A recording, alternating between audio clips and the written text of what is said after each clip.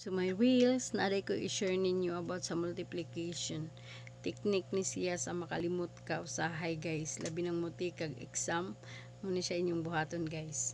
Ang pwede na tong natay na po katudlo, ang pwede na tong ma-multiply 6, 7, 8, 9, 10.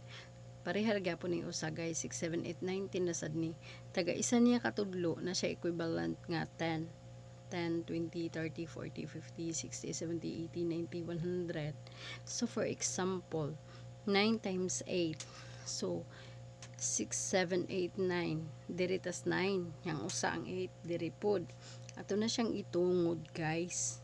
Oh, muna akong giingon ninyo sa pag first nga na siya equivalent nga tag 10 taga isa ka tudlo.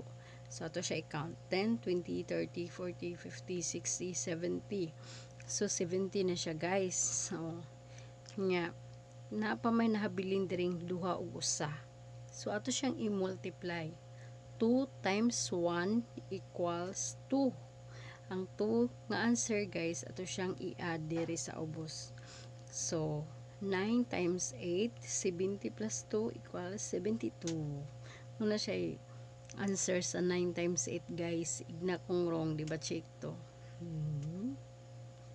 Napadetay lain. Like, kung wala kay mo ka ato 6 times 6 na po. So, kani kay 6 man niya. O sasad kay 6 na niya siya. Equivalent ani niya taga tudlo 10. So, ato siyang itungod ang 6 times 6. Tungod na siya no. 10, 20. Oh, plus na to. 10 plus 10 equals 20 na no. So, ang atong remaining diri sa babaw, i-multiply na to. Pareha ng 4. Upat man ni katudlo no nahabilin no. Upat-upat. 4 times 4 equals 16. Ang 16 i-plus na to sa 20 nga nasa ubos.